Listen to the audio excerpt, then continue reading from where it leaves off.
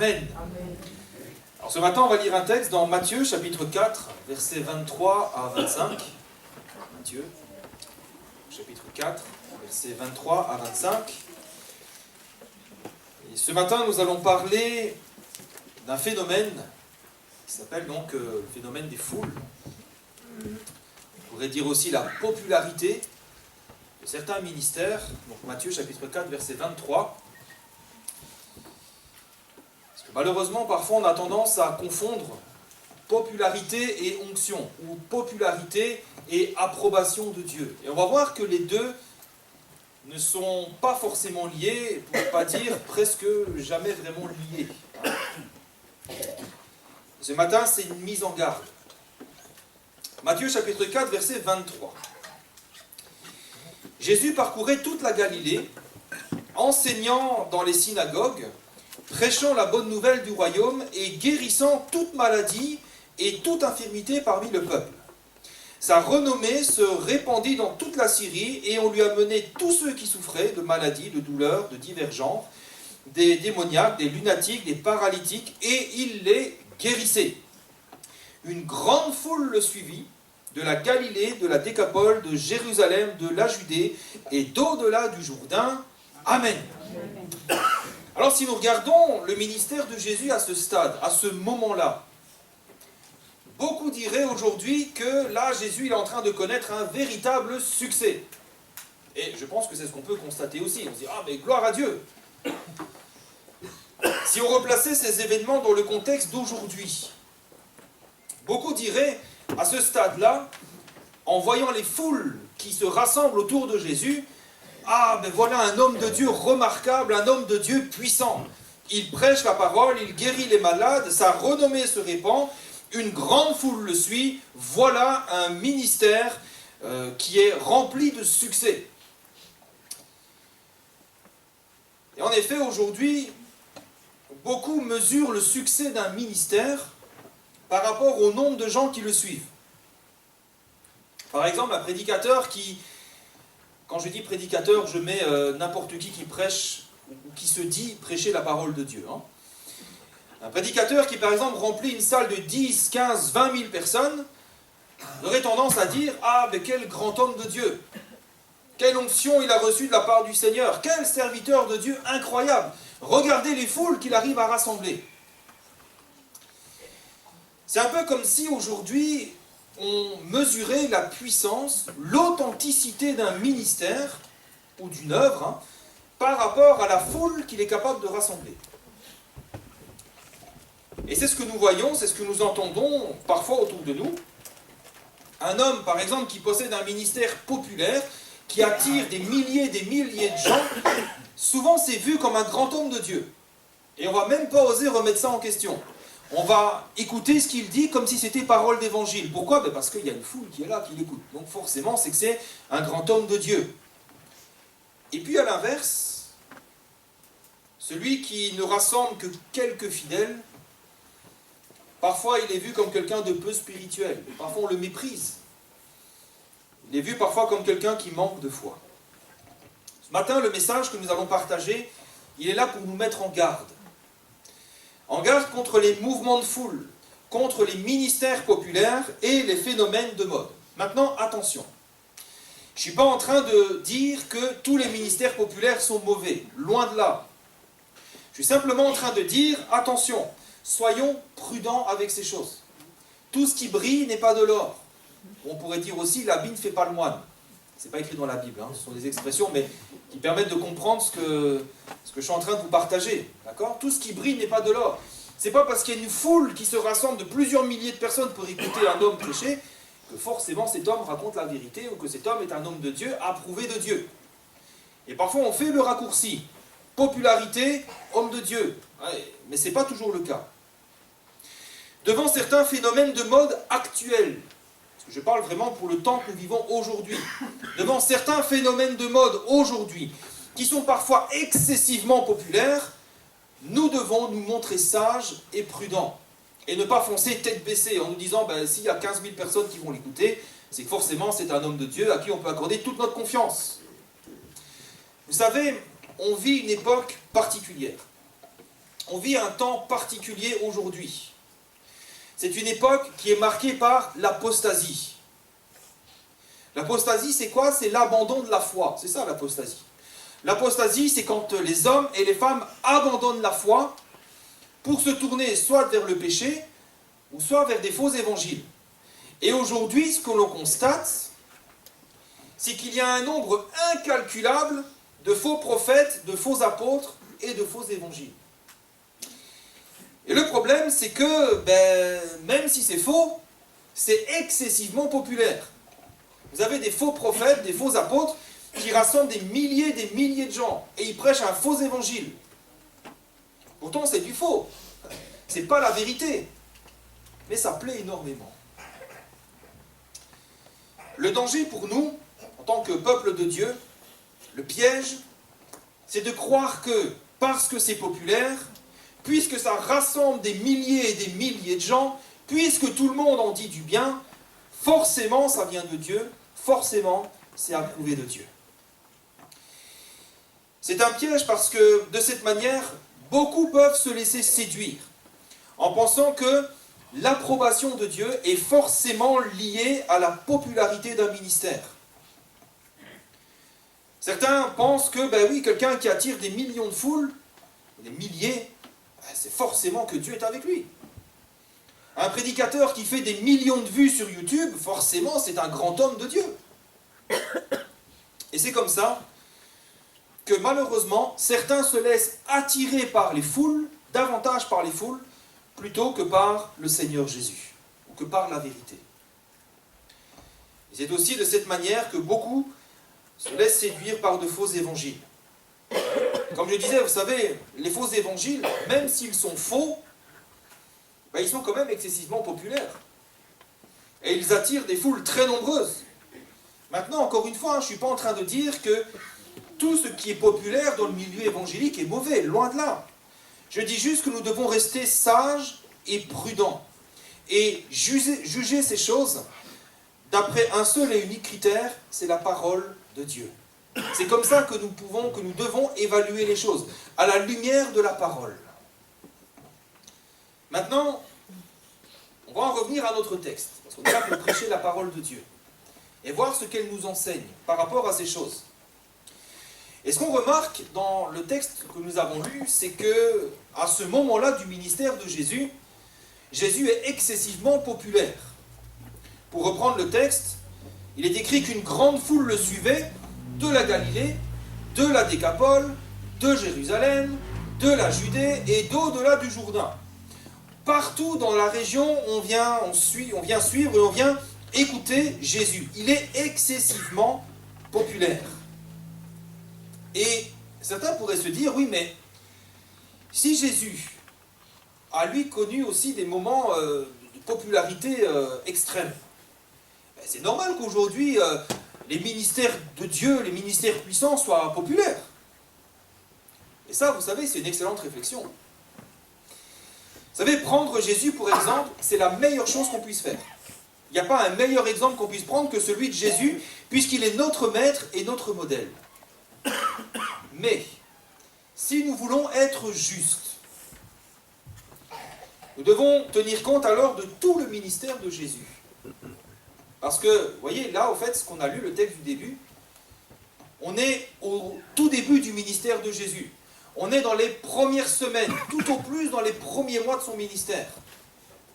Et si on veut avoir un ministère comme celui de Jésus, si on veut prendre le ministère de Jésus comme exemple, il faut prendre l'intégralité de son ministère. Et oui. Et quand on regarde l'intégralité du ministère de Jésus, pas seulement cet épisode au début où il guérit et il est populaire, qu'est-ce qu'on remarque?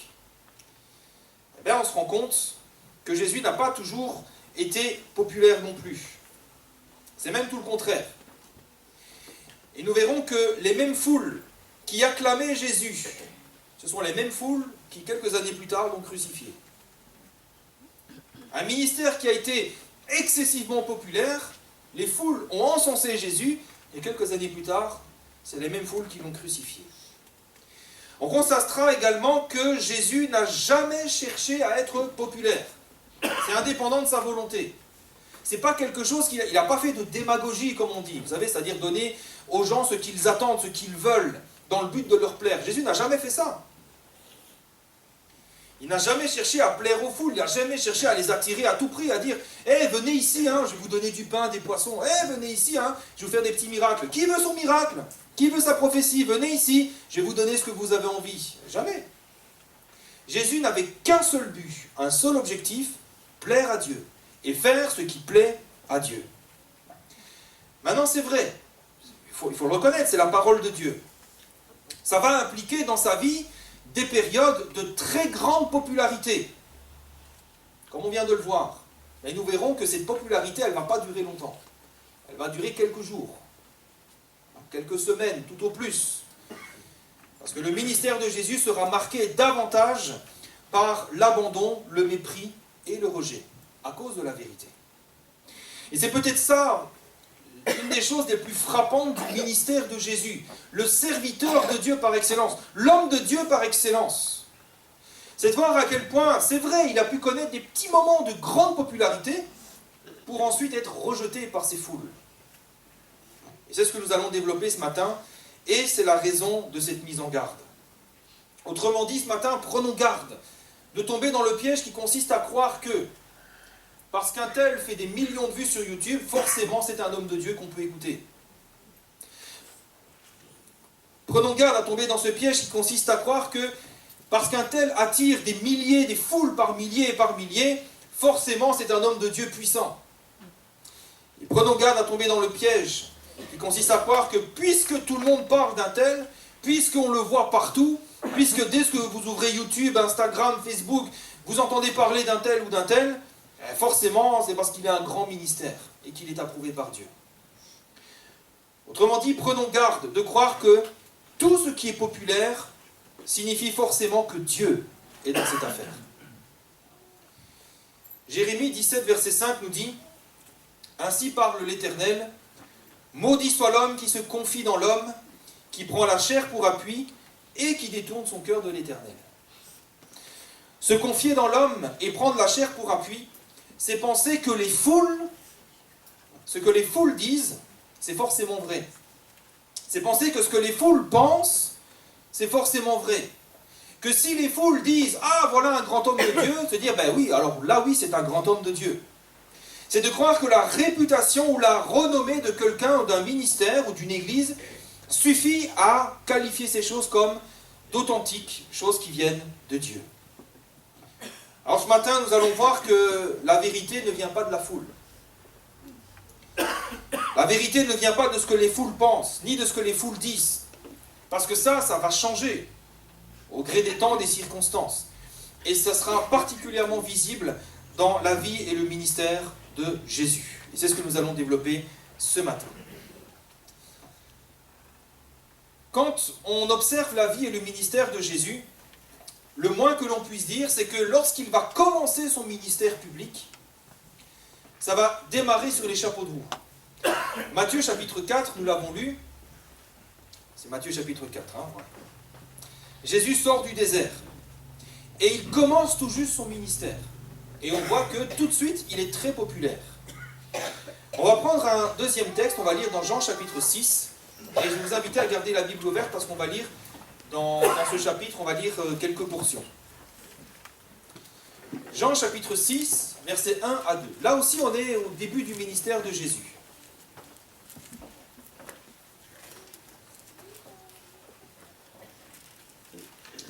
Jean chapitre 6. Gardez votre Bible ouverte, on va lire au fur et à mesure. Il est écrit qu'après cela, Jésus s'en alla de l'autre côté de la mer de Galilée, ou mer de Tibériade. Et là, regardez bien, une grande foule le suivait parce qu'elle voyait les miracles qu'il opérait sur les malades. On voit ici qu'à cause des guérisons, la renommée de Jésus se répand très vite et Jésus devient très rapidement populaire et il y a une grande foule qui le suit. Au verset 14 maintenant, ces gens, ayant vu le miracle que Jésus avait fait, le miracle de la multiplication des pains et des poissons, ils disaient « Celui-ci est vraiment le prophète qui doit venir dans le monde. » Et Jésus, sachant qu'ils allaient venir l'enlever pour le faire roi, se retira de nouveau sur la montagne, lui seul. Amen. Donc ici, non seulement la foule a vu Jésus guérir des malades, mais ils ont vu un Jésus capable de les nourrir avec seulement 5 pains et 2 poissons. Et à ce stade, déjà, voir les miracles pour la foule, c'était exceptionnel. Mais là, en plus, si Jésus leur donne du pain et du poisson à satiété, là, Jésus devient une superstar. Il faut bien s'imaginer que là, la foule est prête à faire de Jésus son roi. Là, ils sont prêts à dire, hé les gars, on a vu les miracles qu'il a fait, on a le ventre plein, et c'est lui notre roi. Ça montre à quel point Jésus est populaire et admiré par les foules. Mais Jésus ne cherche pas ces choses-là. Jésus ne cherchait pas ça. Il ne va pas se laisser faire par la foule. Il ne va pas laisser la foule faire de lui ce que la foule veut qu'il soit. Alors il va se retirer. Mais ça, voyez-vous, ça ne décourage pas la foule. Ah, la foule là, elle est remontée, elle est en liesse. Ça ne va pas décourager la foule. On va lire maintenant versets 22 à 24. Jésus s'en va, et la foule qui était restée de l'autre côté de la mer avait remarqué que Jésus ne se trouvait là, qu'il ne se trouvait là qu'une seule barque, et que Jésus n'était pas monté dans cette barque avec ses disciples, mais qu'ils étaient partis. Oh, Jésus n'est plus là. Le lendemain, comme d'autres barques étaient arrivées de Tibériade, près du lieu où ils avaient mangé le pain, après que le Seigneur eut rendu grâce, les gens de la foule, ayant vu que ni Jésus ni ses disciples n'étaient là, ils montèrent eux-mêmes dans ces barques et allèrent à Capernaum à la recherche de Jésus. Vous avez vu tous les efforts que la foule entreprend pour aller voir Jésus et pour l'écouter. Ils reviennent le lendemain, il n'est pas là, où est-ce qu'il est? Ils vont prendre des barques et ils vont aller à la recherche de Jésus. Et nous, si on regarde ça avec notre regard aujourd'hui, on pourrait se dire, mais que c'est merveilleux. C'est merveilleux. Une foule qui a autant soif de suivre Jésus, c'est merveilleux. On ne pourrait que s'en réjouir. Mais pourtant, vous savez, ce qui est important pour le Seigneur Jésus, ce n'est pas d'attirer les foules. Ce qui est important pour Jésus, ce n'est pas le nombre de gens qui le suivent, mais c'est pourquoi les gens le suivent. C'est ça qui est important pour Jésus. Et là-dessus, eh bien, Jésus va être très clair. Au verset 25 et 26, on va lire: l'ayant trouvé au-delà de la mer, ils lui dirent: Rabbi, quand es-tu venu ici? Jésus va leur répondre: en vérité, je vous le dis, vous me cherchez, en effet, mais non pas parce que vous avez vu des miracles, mais parce que vous avez mangé des pains et que vous avez été rassasiés. Jésus révèle le cœur des gens. Et Jésus révèle ici que si cette foule suit Jésus, ce n'est pas pour un motif spirituel. Ce n'est pas parce qu'ils reconnaissent en lui le Messie qui doit venir. Si ces gens suivent Jésus, si Jésus est populaire, c'est pour un motif purement charnel. Jésus leur a fait du bien et il a nourri leur estomac. Ils sont contents et ils suivent Jésus. Autrement dit, ce n'est pas à cause de l'évangile, ce n'est pas à cause de la vérité que Jésus est populaire. Finalement, quelque part, on pourrait dire que ce n'est même pas à cause de son ministère. Ce n'est pas à cause de l'évangile ou de la vérité que les gens suivent Jésus, mais c'est pour des raisons purement charnelles. Et ce texte nous montre que oui, on peut très bien suivre Jésus, mais pour des raisons charnelles, pas pour des raisons spirituelles. Et c'est exactement ce que nous voyons ici. Ces gens ne suivent pas le Seigneur, ils ne suivent pas le Messie, mais ils suivent quelqu'un qui leur a fait du bien en nourrissant leur corps. Comme quoi, la popularité, ça tient parfois à pas grand-chose. Des miracles, du pain, et la foule est prête à vous faire roi. C'est ça qui se passe ici. Ce qui va se passer ensuite est très intéressant. Après les miracles, après les guérisons, Jésus va commencer à leur prêcher la parole. Et on voit ici tout l'amour de Dieu pour ces gens. En effet, si le Seigneur se soucie des corps, il se soucie surtout de leur âme. Il sait que le corps meurt, c'est le chemin de toute la terre, mais il sait que l'âme, elle peut vivre éternellement par la foi en lui. Alors il va leur prêcher la parole de la vérité. Et il va leur dire, Jean chapitre 6, verset 27. Lisez avec moi. Il va dire, oui, vous avez été nourris, mais travaillez non pas pour la nourriture qui périt, mais pour celle qui subsiste pour la vie éternelle, et que le Fils de l'homme vous donnera. Autrement dit, il a dit, mais c'est ce que moi je vais vous donner maintenant. car c'est lui que le Père, que Dieu lui-même a marqué de son sceau. Et là, lui dire, mais que devons-nous faire pour accomplir les œuvres de Dieu? Et Jésus leur répond, l'œuvre de Dieu, c'est que vous croyez en celui qui l'a envoyé. Quelle belle nouvelle! Quelle bonne nouvelle! Jésus leur dit, mais voyez, je vous ai rassasié avec du pain, maintenant je vais vous rassasier avec quelque chose d'infiniment meilleur. Le pain va vous donner la vie pour quelques instants, moi je veux vous donner maintenant la vie éternelle. Je veux vous donner un pain qui ne peut pas périr, un pain qui va vous donner la vie éternelle. Et pour le recevoir, c'est simple. Il suffit simplement de croire en moi et en mes paroles. C'est la meilleure nouvelle qu'ils auraient pu entendre. Mais bizarrement, ça ne les intéresse pas. Bizarre, ça ne les intéresse pas. Eux, ce qu'ils veulent, c'est quoi? C'est des miracles, encore des miracles, et toujours des miracles. Eux, c'est ça qu'ils veulent. D'ailleurs, regardez la réponse qu'ils vont donner à Jésus. Quand Jésus leur dit, moi je vais vous donner la vie éternelle, au verset 30, ils vont dire, mais quel miracle fais-tu donc? Afin que nous le voyions et que nous croyions en toi. Que fais-tu? Une autre version dira, ne pourrais-tu pas faire quelques miracles qui nous prouvent que tu es cet envoyé divin? Pour que nous puissions voir et croire alors en toi. Voyons, qu'est-ce que tu peux faire? En gros, ils disent, mais si c'est vraiment toi le Messie, ben fais-nous encore un petit miracle. Amuse-nous encore un petit peu là. Fais encore quelques guérisons, fais des petits miracles. Alors Jésus, il va continuer à leur communiquer les choses de Dieu, parce que les miracles, ils ont été faits, ils sont là. Le Seigneur Jésus va continuer à vouloir les éclairer par sa parole, qui est la lumière, des choses qui procurent la vie. Mais eux, ça ne les intéresse pas. Regardez la suite, verset 35. Jésus leur dit, mais je suis le pain de vie.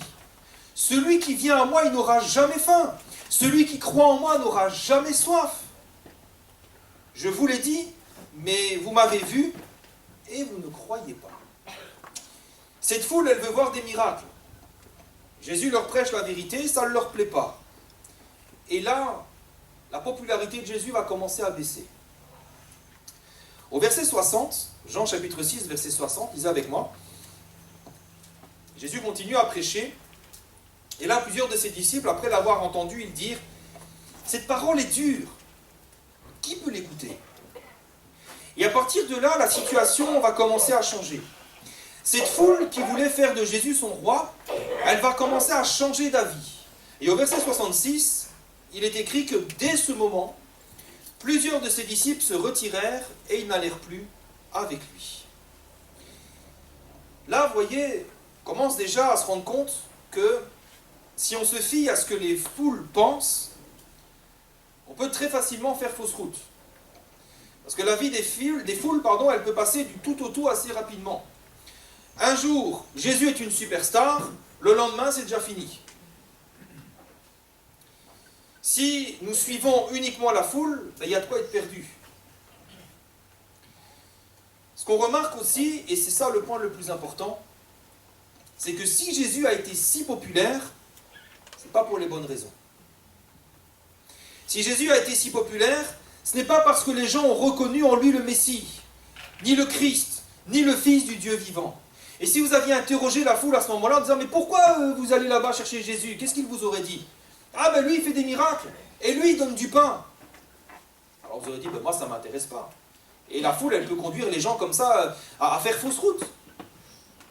Si Jésus était populaire, ce n'est pas pour les bonnes raisons. C'est parce qu'il avait fait quelques miracles et nourri les gens. Jésus a donc connu, c'est vrai, un grand moment de popularité, mais pas pour les bonnes raisons. Pas à cause de l'évangile. Alors ceux qui pensent que, parce que Jésus a été populaire, c'est normal qu'aujourd'hui, il y ait encore des ministères extrêmement populaires, eh bien pensez à cela. Jésus a été populaire, mais pas à cause de l'évangile.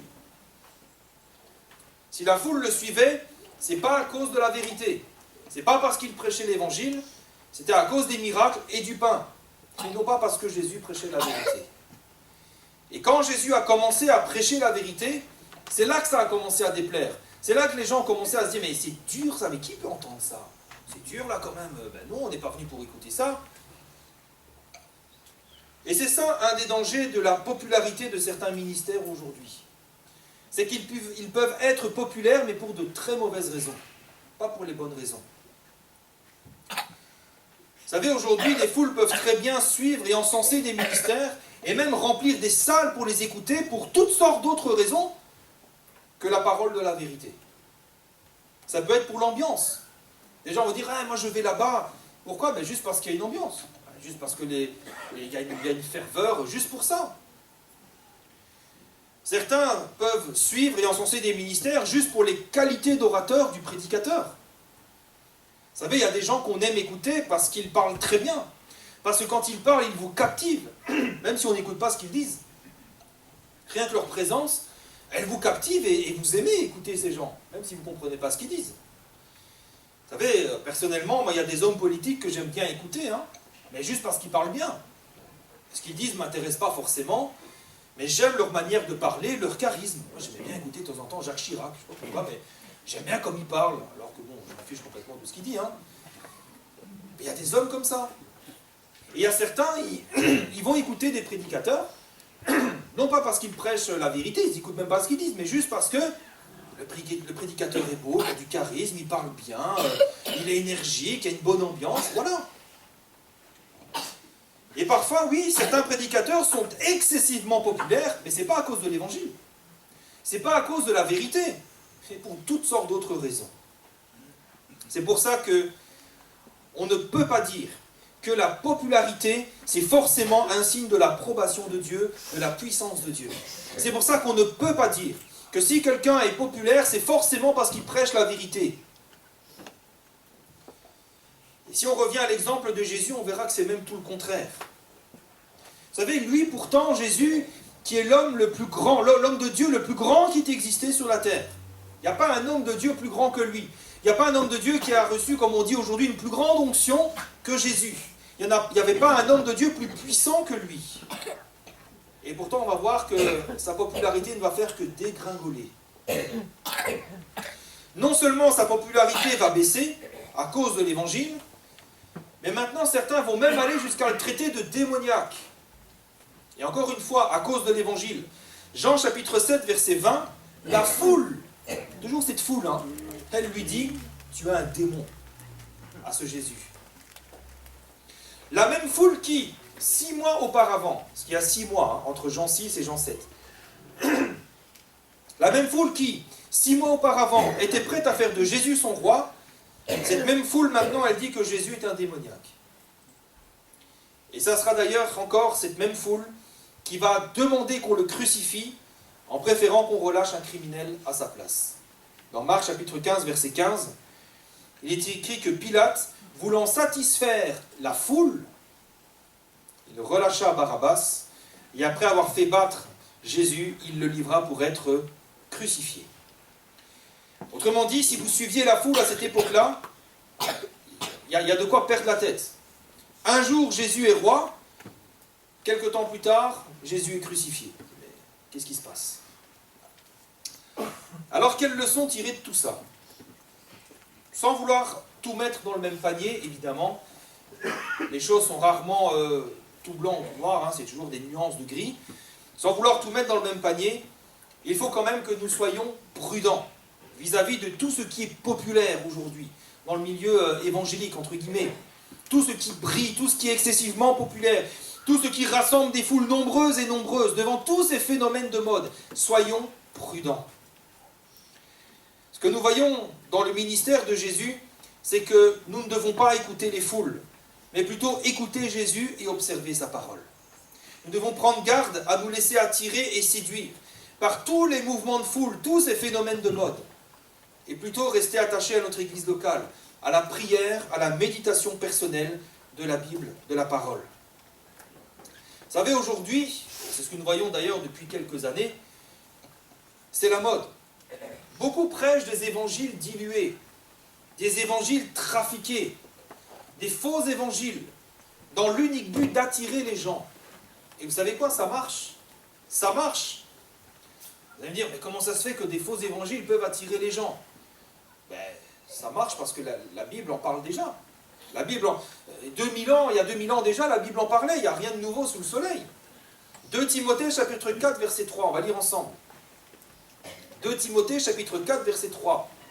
Pourquoi les faux évangiles sont si populaires? Pourquoi les faux apôtres qui prêchent des faux évangiles rassemblent autant de gens? La réponse, elle est là, noir sur blanc. 2 Timothée 4, verset 3.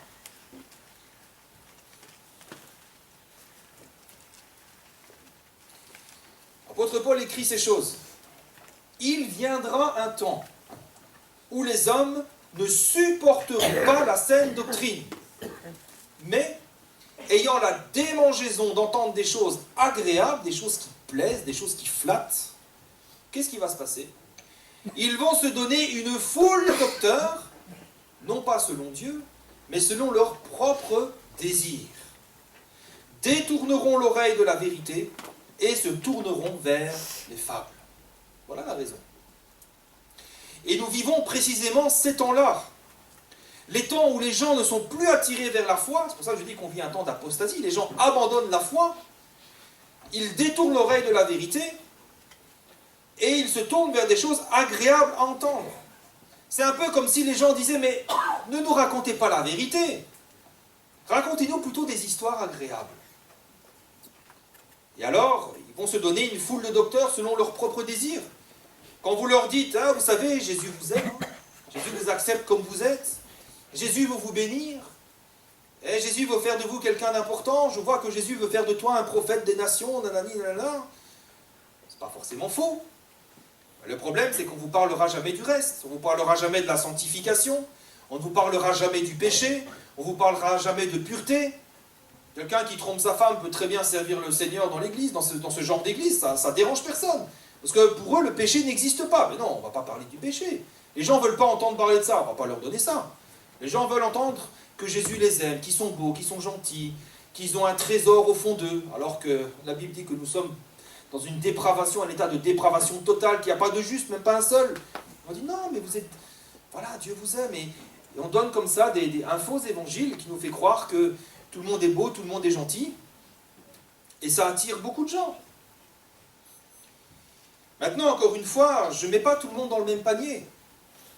Je crois qu'il y a des hommes de Dieu, des ministères qui sont excessivement populaires, mais pour de très bonnes raisons. Bien sûr, ça existe. Mon propos ce matin, c'est pas de dire, de jamais, de mettre tout le monde dans le même panier, de dire, ah ça si c'est populaire, c'est mauvais. Pas du tout. Mon propos ce matin, c'est plutôt d'avertir et de mettre en garde contre un piège dans lequel on peut tous facilement tomber. C'est de croire que, parce que c'est populaire, automatiquement, ça vient de Dieu. Forcément, c'est approuvé de Dieu. Forcément, ça fait l'œuvre de Dieu. Vous savez, nous devons bien comprendre une chose, c'est que Jésus ne cherche pas à remplir des bâtiments. Jésus n'a pas donné un ministère aux hommes pour qu'ils remplissent des salles. Ce que Jésus fait, il remplit des cœurs. C'est ça. Et certains se trompent en se disant, oui, mais tu sais, là-bas, tous les dimanches, ils se rassemblent par milliers, la salle est pleine à craquer, forcément il y a l'onction de Dieu, forcément il y a la présence de Dieu. Mais pas forcément, non. Si la salle est pleine, c'est pas une mauvaise chose, mais, excusez-moi de le dire comme ça, mais elle est pleine de quoi? Est-ce qu'elle est pleine de disciples, d'hommes qui ont soif de voir, d'entendre Jésus, parce qu'ils ont soif de la vérité? Ou alors ils sont là juste parce qu'il y a une bonne ambiance, juste parce que ça leur plaît, parce que le prédicateur, quand il prêche bien, il caresse dans le sens du poil. Si la salle est pleine, c'est pas une mauvaise chose, mais qu'en est-il des cœurs? Est-ce qu'ils sont remplis de la présence de Dieu? Vous savez, nous ne devons jamais oublier que Jésus n'a jamais demandé à ses serviteurs de remplir des salles, mais plutôt de faire des disciples. Dans Matthieu 28, Jésus va dire, versets 19 à 20, « Allez, faites de toutes les nations des disciples, les baptisant au nom du Père, du Fils et du Saint-Esprit, et enseignez-leur à observer tout ce que je vous ai prescrit. » Si on ne parle que de l'amour de Dieu, venez comme vous êtes beau, vous êtes gentil, etc., et qu'on ne parle pas de sanctification, qu'on ne parle pas de péché, qu'on ne parle pas de repentance, il y a un gros problème. C'est vrai qu'il peut y avoir des moments où on parle un peu plus de ça, de bénédiction, de grâce, etc. Mais si on ne parle que de ça, il y a un problème. Il y a un gros problème. Jésus a dit, enseignez-leur à observer tout ce que je vous ai prescrit. Vous savez, là où la parole de Dieu est dispensée droitement, dans la vérité, dans l'amour et par la puissance du Saint-Esprit, les cœurs sont remplis. Et c'est là que vous allez trouver d'authentiques disciples de Jésus-Christ. N'oublions pas qu'après la mort et la résurrection de Jésus, sur les milliers de gens qui suivaient le Seigneur, sur les foules immenses qui le suivaient et qui voulaient le faire roi, il en est resté combien? Vous connaissez le nombre? Acte 1,15, 120. Durant le ministère de Jésus, oui, il a été populaire. Il y avait des foules qui le suivaient par milliers, par milliers, par milliers, des dizaines de milliers de personnes. Et à la fin, il n'en est resté que 120. 120 disciples qui priaient dans la chambre haute en attendant la promesse. Et vous savez quoi? Ce sont ces 120 disciples qui prient, qui sont restés fidèlement attachés au Seigneur. C'est eux qui ensuite vont bouleverser le monde quand ils vont recevoir le Saint-Esprit, alors que les foules avaient abandonné le Seigneur Jésus. Alors, en conclusion, voyons que nous ne pouvons pas dire si un ministère est populaire, forcément ça vient de Dieu. On a vu ici que si Jésus a connu de très grands moments de popularité, ce n'est pas pour les bonnes raisons. Jésus n'a pas été populaire à cause de la vérité, mais à cause des miracles et à cause de ces choses-là. Si vous suiviez la foule à ce moment-là, au moment où Jésus était très populaire, personne ne vous aurait dit la vérité. Personne ne vous aurait dit, mais lui, c'est Jésus, c'est le Messie qui doit venir dans le monde. C'est lui qui pardonne les péchés. C'est lui qui est le Fils de Dieu. Non, on vous aurait dit, eh viens, Jésus, il guérit les malades et il donne du pain. Et puis nous voyons que quand Jésus a commencé à prêcher la vérité, ce qui donne la vie éternelle, là les foules ont commencé à se séparer de lui. Alors ce matin, comprenons que la vérité ne vient pas de la foule.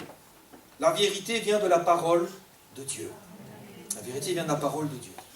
Ne nous laissons pas tromper par ce qui brille. Tout ce qui brille n'est pas de l'or. On pourrait dire l'habit ne fait pas le moine. C'est pas parce que quelqu'un vous prêche avec une Bible à la main comme ça et qui s'agite, qui gesticule dans tous les sens, qui crie, qui saute, que forcément c'est un homme de Dieu. On reconnaît un arbre à son fruit. On examine les choses à la lumière de la parole. Et ce que la parole nous dit ce matin, c'est que tout ce qui est populaire ne vient pas forcément de Dieu. Soyons garde. Vous savez, ce ne sont pas les foules que nous devons suivre, ni les mouvements de foule. Vous savez, c'est vrai qu'on dit, quand on suit le mouvement, on dit vous êtes des moutons. C'est vrai. Vous savez, un jour, petite parenthèse, je suis allé visiter une sœur et il y avait son fils qui était là, dans la période du Covid, on mettait le masque. Il était à fond dans les théories du complot. Alors quand il voit que je mets mon masque, il fait « Oh, t'as mis ton masque, ouais, t'es un mouton, toi, hein, mais... » Bref. Oui, je suis un mouton, mais je suis un mouton qui suit mon berger. Je ne suis pas un mouton qui suit n'importe quel prédicateur. Hein. Oui, nous sommes des moutons, mais nous ne sommes pas des moutons qui suivons n'importe quelle foule, qui suivons n'importe quel troupeau. Nous sommes le troupeau de Dieu, le troupeau de son héritage, de son pâturage. Et c'est le Seigneur que nous suivons. C'est sa voix que nous cherchons, que nous entendons. D'accord ? Ne suivons pas n'importe quelle foule, n'allons pas dans n'importe quel troupeau en suivant le bêlement des brebis qui disent « c'est lui, c'est lui ». Non, sachons écouter la voix de notre Dieu. Ce ne sont pas les foules que nous devons suivre, ni les mouvements de foule. Là où on dit « là il y a l'onction de Dieu, là il y a la puissance de Dieu ». Suivons le Seigneur, notre berger. Amen. On va prier le Seigneur quelques instants.